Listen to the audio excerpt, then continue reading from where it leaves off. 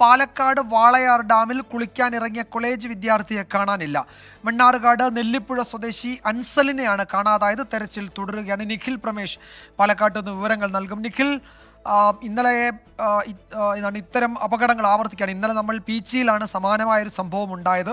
അതിൻ്റെ നടുക്കത്തിലും ഒക്കെയാണ് ആളുകൾ. അതിനിടയിലാണ് വീണ്ടും മറ്റൊരു റിപ്പോർട്ട് വരുന്നത്. എന്താണ് അവിടെ സംഭവിച്ചത്?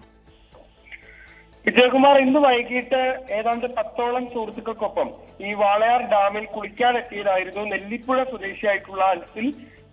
18കാരനാണ് അൻസിൽ, കോളേജ് വിദ്യാർത്ഥിയാണ്. ഇന്ന് വൈകിട്ട് 6 മണിയോടുകൂടിയാണ് ഇവർ ഡാമിൽ കുളിക്കാൻ ഇറങ്ങിയത്. ഏതാണ്ട് 10ഓളം പേർ അൻസിലിനൊപ്പം ഉണ്ടായിരുന്നു. ഇവർ ഈ ഡാമിൽ കുളിച്ചു വരവെയാണ് പെട്ടെന്ന് അൻസിലിനെ കാണാതാകുന്നത്. ഉടനെ തന്നെ പ്രദേശത്തുള്ള ആളുകളെയും ഒക്കെ വിവരം അറിയിച്ചിരുന്നു. കഞ്ചിക്കോട് നിന്നുള്ള അഗ്നിശമന സേനയും സംഭവ സ്ഥലത്തെത്തി അൻസിലിന് വേണ്ടിയുള്ള തിരച്ചിൽ നടത്തിയെങ്കിലും ഇതുവരെ കണ്ടെത്താൻ കഴിഞ്ഞിട്ടില്ല. 9:30 മണിവരെ തിരച്ചിൽ നടത്തി.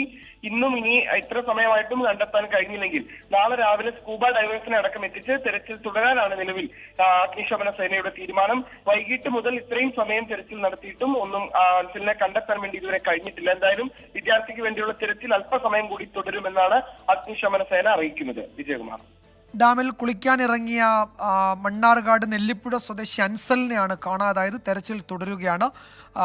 ഇത്രയും മണിക്കൂറുകൾ തെരഞ്ഞും കാണാതായ ആളിനെ കണ്ടെത്താനായിട്ടില്ല. നാളെയും തെരച്ചിൽ തുടരും എന്നാണ് ഇപ്പോൾ അറിയിച്ചിരിക്കുന്നത്. നിഖിൽ പ്രമേശാണ് വിവരങ്ങൾ നൽകിയത്.